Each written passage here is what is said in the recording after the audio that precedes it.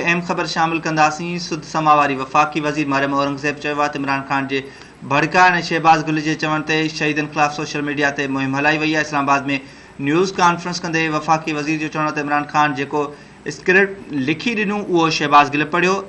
मरियम औरंगज़ेब चयो PTI chairman खे मुख़ातिब थींदे चयो आहे त अवां जी समूरी सियासत ॾफेड़ नफ़रत ऐं कूड़ ते ॿधल आहे। शहीदनि ख़िलाफ़ मुहिम पूरी क़ौम ॾिठी। इमरान ख़ान मुल्क खे बाहि लॻाइणु घुरे थो। अहम ख़बर आहे अवां शेयर कयूं पिया। सुद समावारी वफ़ाक़ी वज़ीर मरियम औरंगज़ेब चयो आहे त इमरान ख़ान जे भड़का ऐं शहबाज़ गिल जे चवण ते शहीदनि ख़िलाफ़ सोशल मीडिया ते मुहिम हलाई वई। इस्लामाबाद में न्यूज़ कॉन्फ्रेंस कंदे वफ़ाक़ी वज़ीर जो चवण ते इमरान ख़ान जेको स्क्रिप्ट लिखी ॾिनो उहो शहबाज़ गुल पढ़ियो।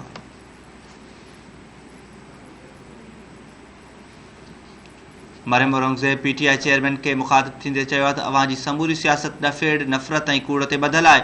शहीदनि ख़िलाफ़ मुहिम पूरी क़ौम ॾिठी आहे। इमरान ख़ान मुल्क खे बाहि लॻाइणु घुरे थो।